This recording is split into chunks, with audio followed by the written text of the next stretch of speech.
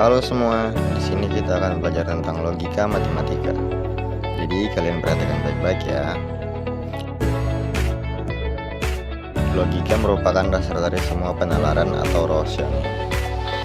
Penalaran didasarkan pada hubungan antara pernyataan atau statements. Di dalam logika, tidak semua jenis kalimat menjadi objek tinjauan.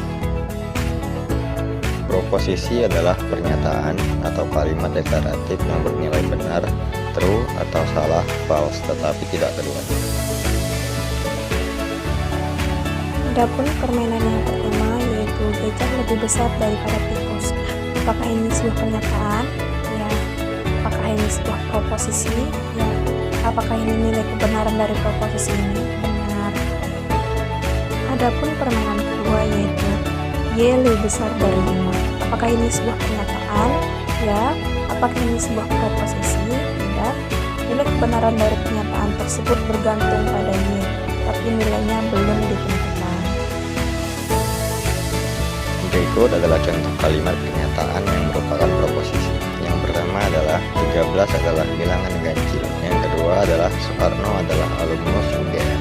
Yang ketiga adalah 1 tambah 1 sama dengan 2. Yang keempat, 8 pangkat 2, 8 tambah 8. Yang kelima, X tambah Y sama dengan Y tambah X untuk setiap X dan Y bilangan real. Contoh kalimat pernyataan yang bukan proposisi. Yang pertama ada, jam berapa kereta Argo Bromo tiba di Gambir. Yang kedua, isilah gelas tersebut dengan air. Yang ketiga, X tambah 3 sama dengan 8. Yang keempat, X lebih besar dari 3.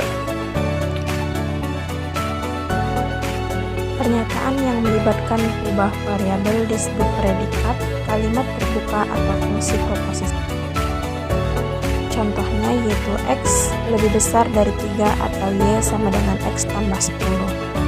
Maka notasi PX misalnya PX sama dengan X lebih besar dari 3. Maka predikat dengan kuantifier sama dengan delta X PX. Kalkulus proposisi itu bidang logika yang berkaitan dengan proposisi. Sedangkan kalkulus predikat bidang logika yang berkaitan dengan predikat atau kuantifier. Nah, selanjutnya kembali ke kalkulus proposisi kembali. Maka proposisi dilambangkan dengan huruf kecil yaitu P, Q, R. Contohnya yaitu P sama dengan 13 adalah bilangan ganjil, Q sama dengan Soekarno adalah alumnus UGM, sedangkan R sama dengan 2 tambah 2 sama dengan 4. Di sini kita akan masuk ke mengkombinasikan proposisi. Misalnya P dan Q adalah proposisi. Konjungsi itu diartikan P dan Q yang notasinya bisa lihat di animasi. Yang kedua disfungsi dibaca P atau Q yang notasinya bisa dilihat di animasi. Yang ketiga lingkaran dari P tidak Q, notasinya negasi P. P dan Q disebut proposisi atomik. Kombinasi P dengan Q menghasilkan proposisi majemuk. Adapun contoh yang pertama yaitu P hari ini hujan, Q yaitu murid-murid diliburkan dari sekolah. P dan Q hari ini hujan dan murid-murid diliburkan dari sekolah.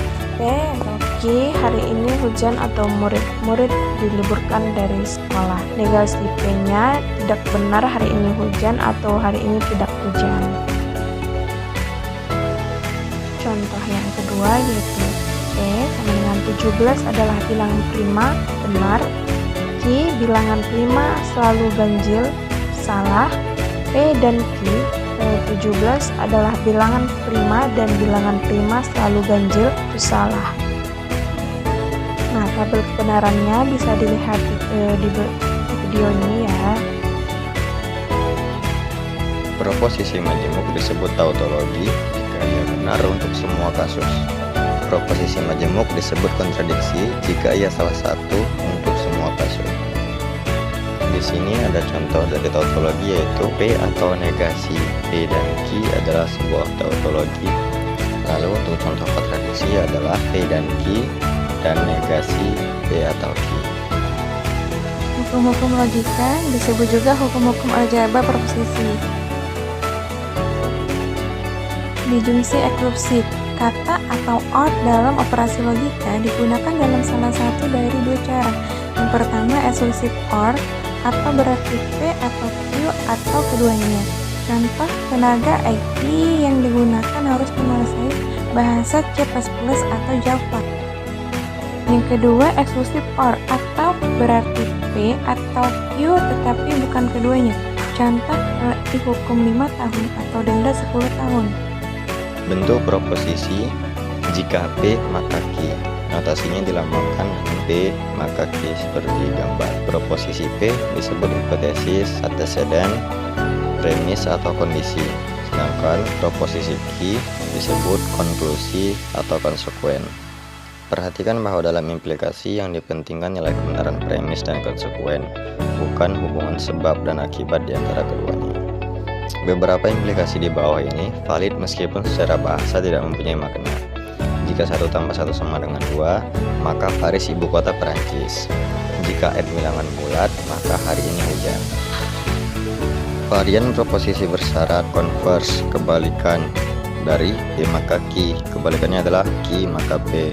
Bikondisional atau biimplikasi. Bentuk proposisi P jika dan hanya jika Q. Notasinya berbentuk seperti itu dan dapat benarnya dapat dilihat di bawah. Bila dua proposisi majemuk yang ekivalen dibikondisionalkan, maka hasilnya adalah tautologi. Teoremanya, dua buah proposisi majemuk P isinya P, Q, dan Q isinya P, Q disebut ekivalen secara logika dilambangkan dengan P, P, Q, Q, P, Q. Jika P tambah Q adalah tautologi.